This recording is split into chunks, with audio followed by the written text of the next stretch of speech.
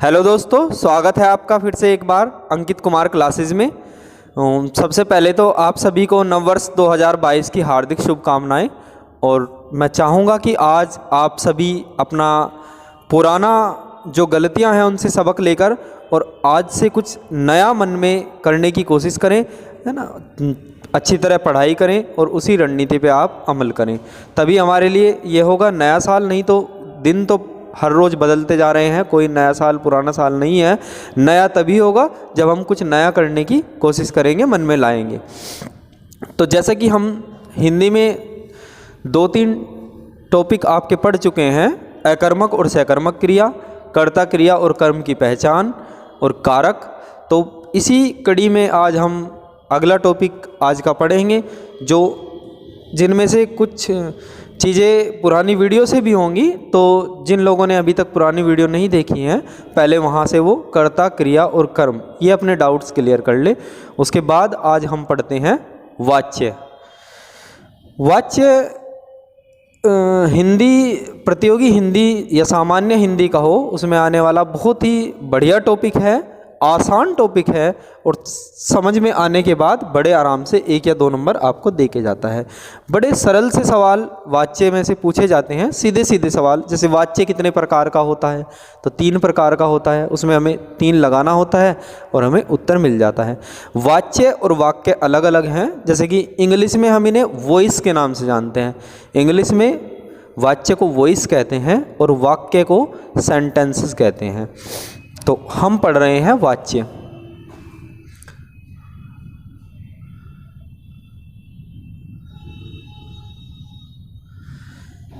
तो ये जो टॉपिक है इंग्लिश में, देखो इंग्लिश से आपको और ज़्यादा हेल्प मिलेगी। वॉइस तो खूब पढ़ा है आपने इंग्लिश में कि 2 तरह के वाच्य होते हैं या 2 तरह के वॉइस होते हैं, एक्टिव वॉइस और पैसिव वॉइस।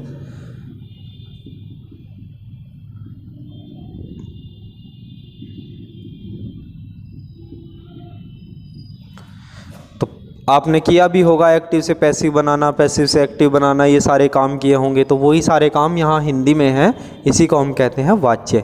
हिंदी में 3 प्रकार के होते हैं, तो इन्हें मैं हटा देता हूँ, नहीं तो फिर आपको कन्फ्यूजन बना रहेगा।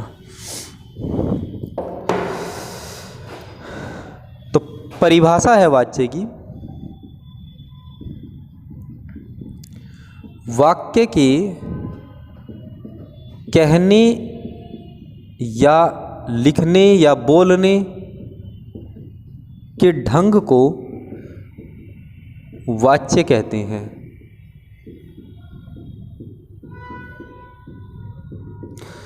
कोई भी बात हमने किस शैली में बोली है उसे ही वाच्य कहते हैं।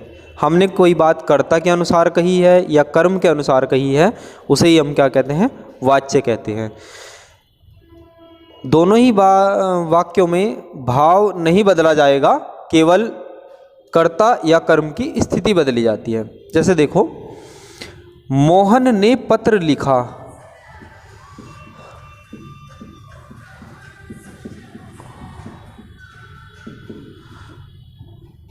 या इसी बात को इस तरीके से कहा जाएगा, मोहन के द्वारा पत्र लिखा गया।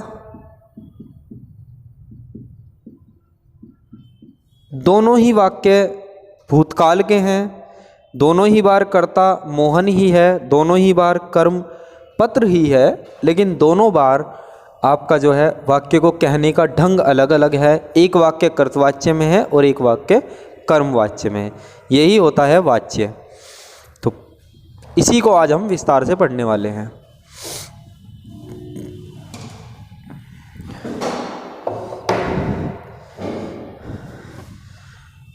हिंदी में वाच्य 3 प्रकार के होते हैं। वाच्य कितने प्रकार के होते हैं? 3 प्रकार के होते हैं।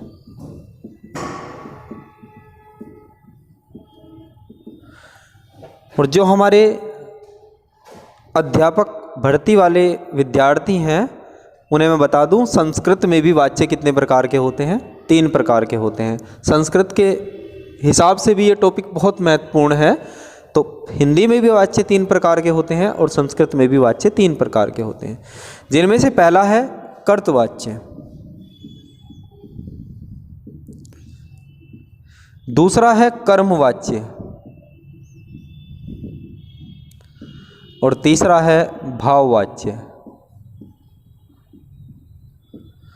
तो किताबी परिभाषा इन तीनों की ये है कि जहाँ वाक्य कर्ता के अनुसार हो, नाम से ही पता लग रहा है कर्तवाच्य, तो जहाँ वाक्य कर्ता के अनुसार हो उसे कर्तवाच्य कहते हैं, जहाँ वाक्य कर्म के अनुसार हो उसे कर्मवाच्य कहते हैं, और जहाँ वाक्य भाव के अनुसार हो उसे भाववाच्य कहते हैं। ये तीनों किताबी परिभाषाएं हैं इसकी। अब वाक्य कर्ता के अनुसार या कर्म के अनुसार होने का क्या मतलब है, भाव के अनुसार होने का क्या मतलब है, एक्चुअल में ये सब क्रिया पर डिपेंड होता है। जहाँ वाक्य में क्रिया कर्ता के अनुसार हो वहाँ कर्तवाच्य होता है, जहाँ वाक्य में क्रिया का लिंग और वचन कर्म के अनुसार हो वहाँ कर्मवाच्य होता है, और जहाँ क्रिया भाव के अनुसार हो वहाँ भाववाच्य होता है। उदाहरण से समझेंगे इस बात को। जैसे एक मजदूर एक पत्थर तोड़ता है,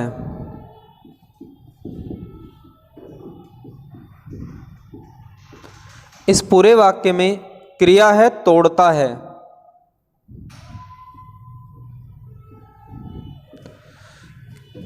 तोड़ने का काम कर रहा है एक मजदूर, तो ये हुआ कर्ता, और क्या तोड़ता है, एक पत्थर, तो ये क्या हुआ, कर्म।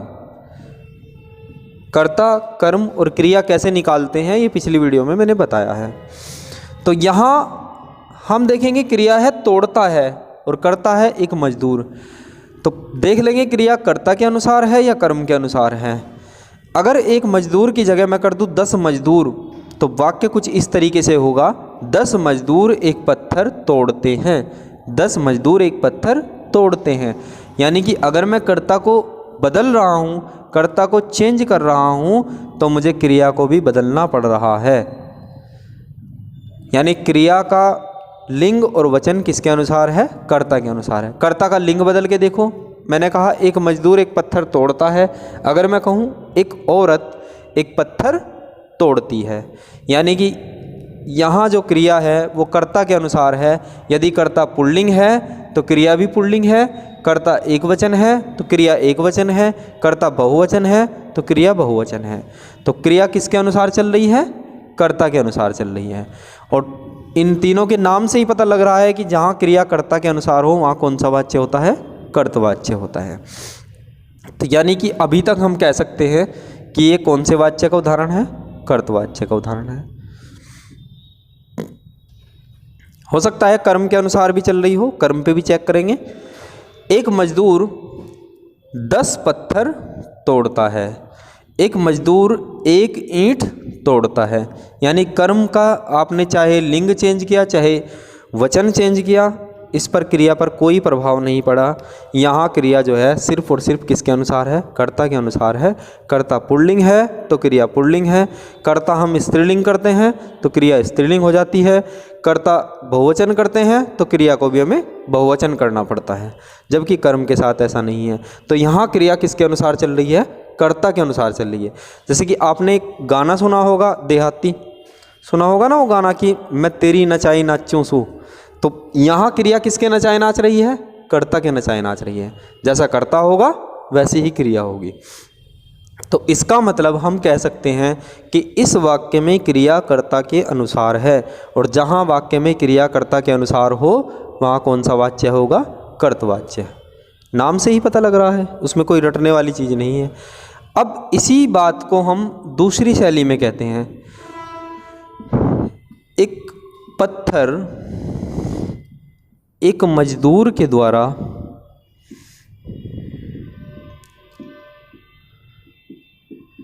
तोड़ा जाता है।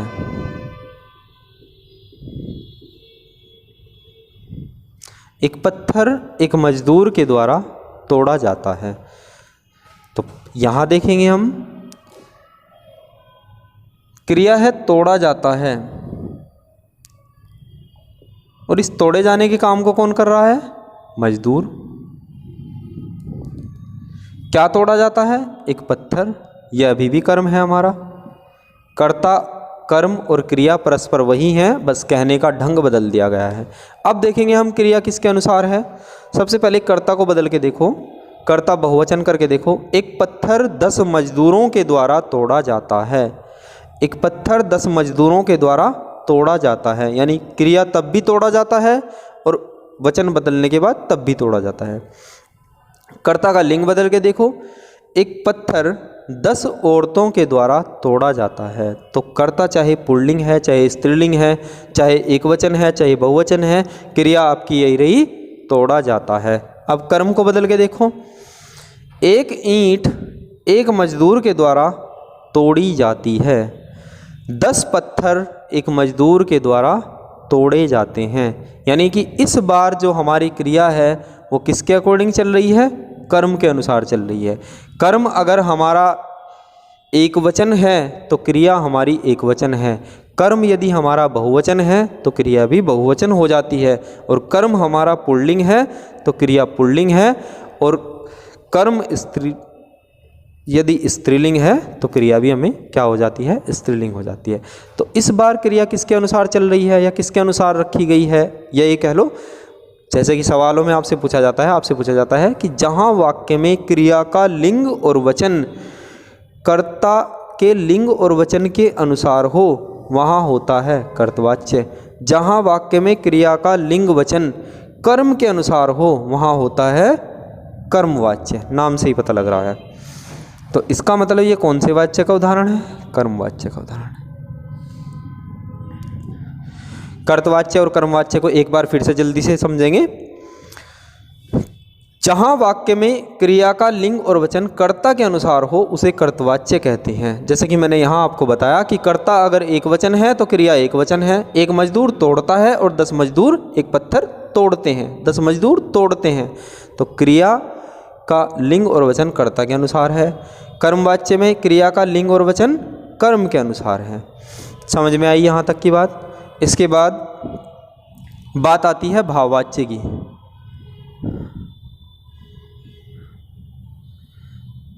तो इससे पहले हमने एक टॉपिक पढ़ा था अकर्मक और सकर्मक क्रिया।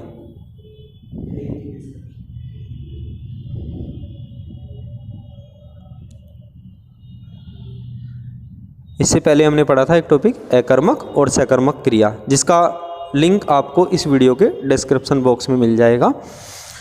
तो जितनी भी अकर्मक क्रियाएं होती हैं उन सभी का भाववाच्य बनता है और जितनी भी सकर्मक क्रियाएं होती हैं उन सभी का कर्मवाच्य बनता है। तो ये भी सवाल बहुत बार आया है परीक्षाओं में कि भाववाच्य में होती है अकर्मक क्रिया, कर्मवाच्य में होती है सकर्मक क्रिया, या सभी अकर्मक क्रियाओं का बनाया जाता है भाववाच्य और सभी सकर्मक क्रियाओं का कौन बनाया जाता है, कर्मवाच्य। सकर्मक का मतलब कर्म सहित। तो जब हमारे पास कर्म सहित क्रिया है तो हम उसका कर्मवाच्य बना सकते हैं। और अकर्मक का मतलब बिना कर्म वाली। तो जब हमारे पास कर्म ही नहीं है तो फिर उस कर्मवाच्य कहाँ से हो गया, क्योंकि कर्मवाच्य में तो सारा खेल किसका है, कर्म का है। तो भाववाच्य देखते हैं। जैसे कोई भी एक क्रिया हम लेते हैं, जैसे राम सोता है। सोना एक अकर्मक क्रिया है। अब पहले सबसे पहले इसी वाक्य को देखते हैं, ये कर्तवाच्य है या कर्मवाच्य है या भाववाच्य है। तो क्रिया है सोता है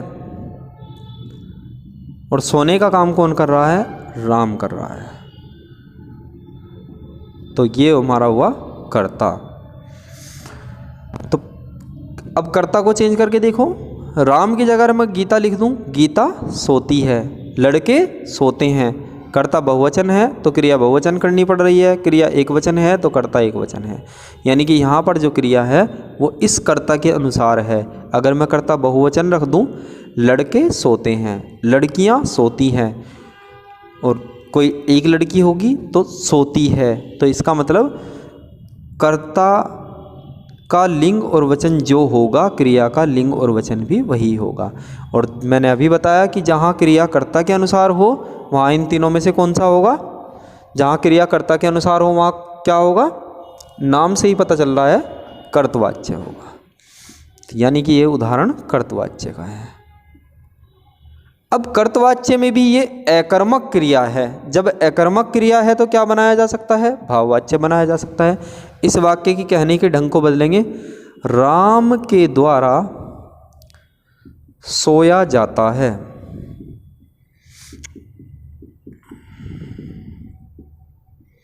अब इस वाक्य में ये क्रिया हो गई सोया जाता है और ये करता हो गया राम, क्योंकि सोने का काम अभी भी कौन कर रहा है? राम। अब देखेंगे कि अब इसका भाववाच्य बन चुका है। देखेंगे भाववाच्य की क्या क्या स्थितियाँ होती हैं। यहाँ क्रिया है सोया जाता है। अगर मैं यहाँ राम हटा के लिख दूँ गीता के द्वारा सोया जाता है, लड़कों के द्वारा सोया जाता है, मेरे द्वारा सोया जाता है, आपके द्वारा सोया जाता है, इसका मतलब भाववाच्य की क्रिया कांस्टेंट हो गई, स्थिर हो गई।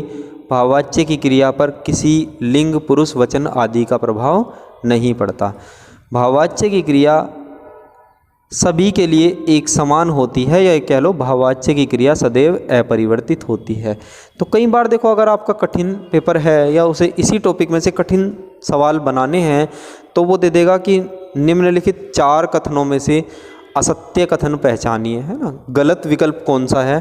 तो पहला विकल्प होगा कि कर्तवाच्य में कर्ता की प्रधानता होती है, या ये कह लो कर्तवाच्य में क्रिया कर्ता के अनुसार होती है। तो सही बात है बिल्कुल। उसके बाद कहेगा कर्मवाच्य में क्रिया कर्म के अनुसार होती है, बिल्कुल सही बात है। फिर क्या देगा? भाववाच्य में क्रिया कर्ता के अनुसार होती है, तो बिल्कुल गलत बात है, क्योंकि भाववाच्य में क्रिया किसी के अनुसार नहीं होती। चाहे आप कर्ता एक वचन रखें, बहुवचन रखें, पुल्लिंग रखें, स्त्रीलिंग रखें, कुछ भी रखें, भाववाच्य की क्रिया इसके अकॉर्डिंग नहीं है। तो इसका मतलब भाववाच्य की क्रिया किसी पर निर्भर नहीं करती है। अब किसी पर निर्भर नहीं करती है तो फिर कैसे रखी जाती है वो भी देख लेते हैं।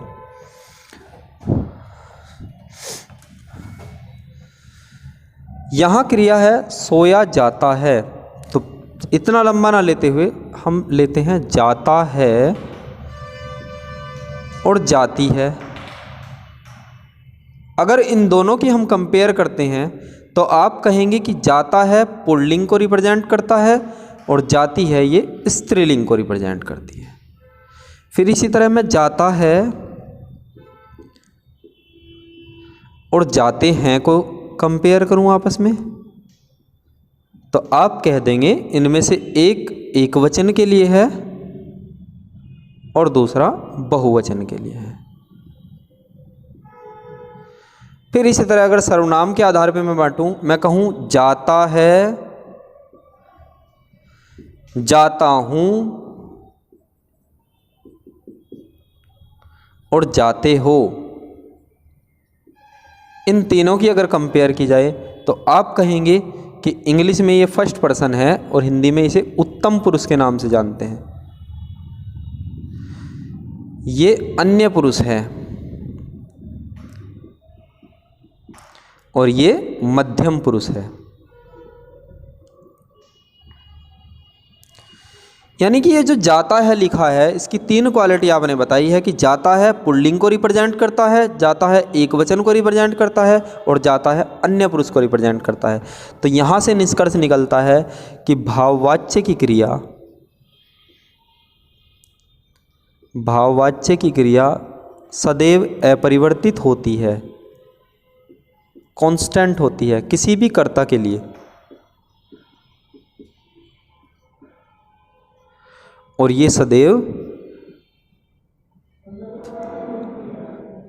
एक वचन, पुल्लिंग और अन्य पुरुष में होती है।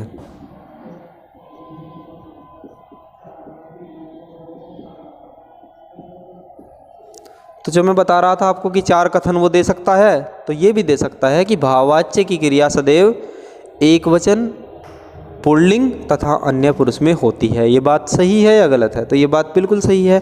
भाववाच्य की क्रिया सदैव एक वचन में होती है, पुल्लिंग होती है और अन्य पुरुष में होती है। तीनों को एक साथ देख लेते हैं।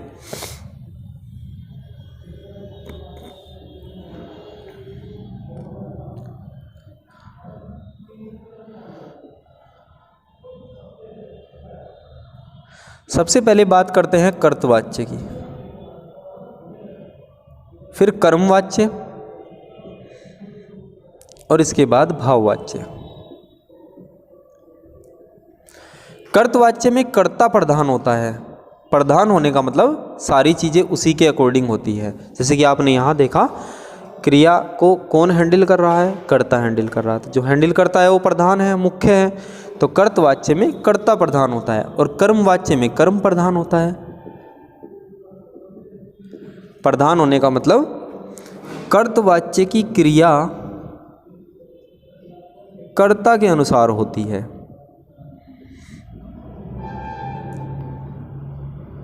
कर्ता के अनुसार होने का मतलब क्रिया का लिंग और वचन वही होगा जो कर्ता का लिंग और वचन है। कर्मवाच्य में कर्म प्रधान है, यानी कि क्रिया जो है यहाँ कर्म के अनुसार है।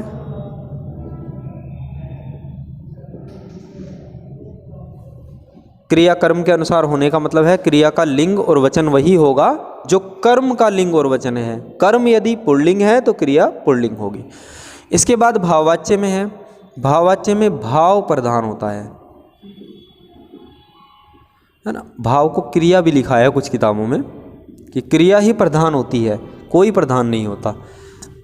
और भाववाच्य की क्रिया सदैव पुल्लिंग होती है, एक वचन होती है और अन्य पुरुष होती है।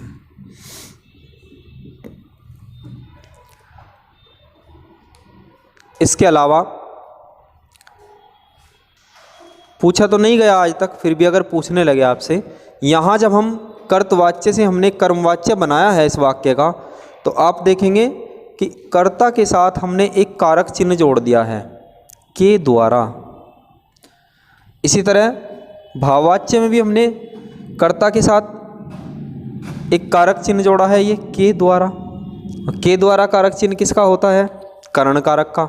तो अगर ये पूछा जाए कि कर्मवाच्य और भाववाच्य के कर्ता में कौन सा कारक होता है, तो हमारा जवाब होगा करण कारक होता है, क्योंकि जब हम इस वाक्य को बदलेंगे तो इसके साथ हमें ये कारक चिन्ह लगाना पड़ेगा। जैसे भाववाच्य के वाक्य आपने पढ़े होंगे, मुझसे उठा नहीं जाता, उससे चला नहीं जाता, से लगा होता है और करण कारक का चिन्ह होता है से या के द्वारा।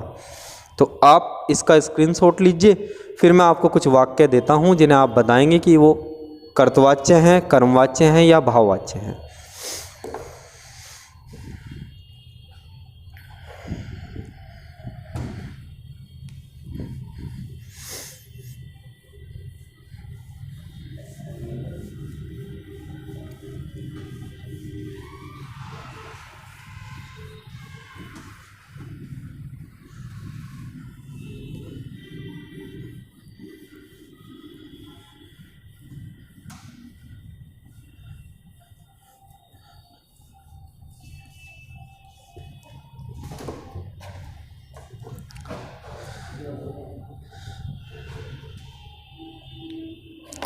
चलिए देखते हैं कुछ उदाहरण।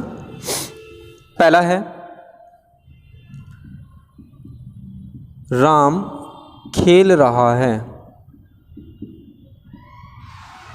दूसरा है, मोहन के द्वारा पुस्तक पढ़ी जाएगी।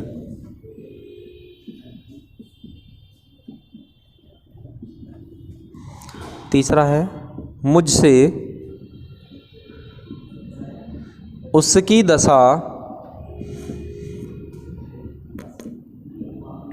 देखी नहीं जाती। चौथा है,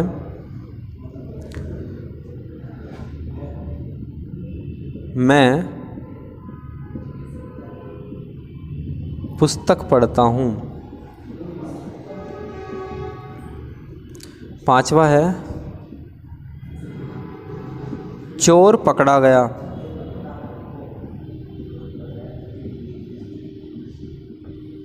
छठा है, सड़क बनाई जा रही है।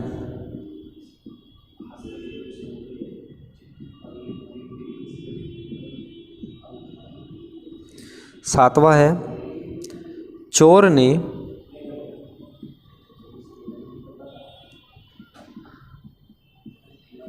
पुलिस को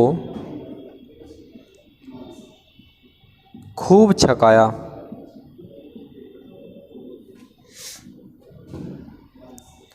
एक और वाक्य लीजिए 8वां,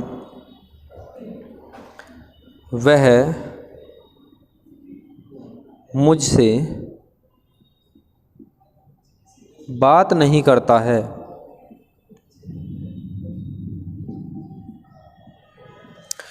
तो इन 8 वाक्यों में आप बताएंगे कौन सा वाक्य कर्तवाच्य का है, कौन सा वाक्य कर्मवाच्य का है, कौन सा वाक्य भाववाच्य का है।